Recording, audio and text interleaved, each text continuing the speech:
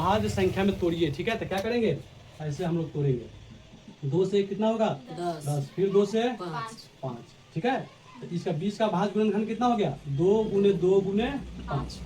ठीक है, अब कहीं कहेगा 90 दिया रहेगा। ठीक है, अब इसको कहेगा अभाज्य गुणनखंड में तोड़िए, तो क्या करेंगे 2 से लगाएंगे कितना होगा 45।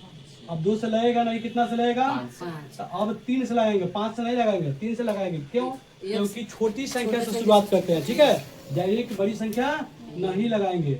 और 3 से विभाज्यता का कुछ नियम है, 3 से विभाज्य करने का कुछ नियम है, आप जान जाइएगा कि 3 से लगेगा कि नहीं लगेगा।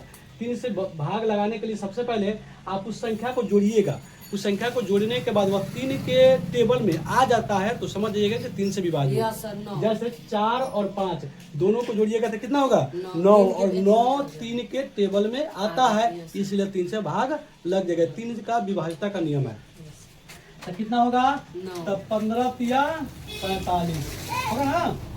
अब क्या करेंगे, फिर 3 से लगेगा, अब 3 से लगेगा तब 5।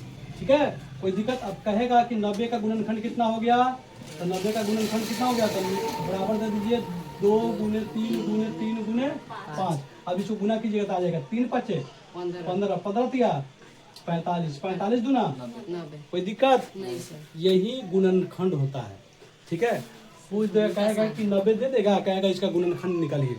कहेगा 20 दे देगा, कहेगा इसका गुणनखंड निकालिए। कौन सा गुणनखंड, अभाज्य। देखिए गुणनखंड हमेशा अभाज्य निकलता है, लोग खाली भुलाने के लिए पूछ देता है, खाली झूठ मूठ के आपको फंसाने के लिए।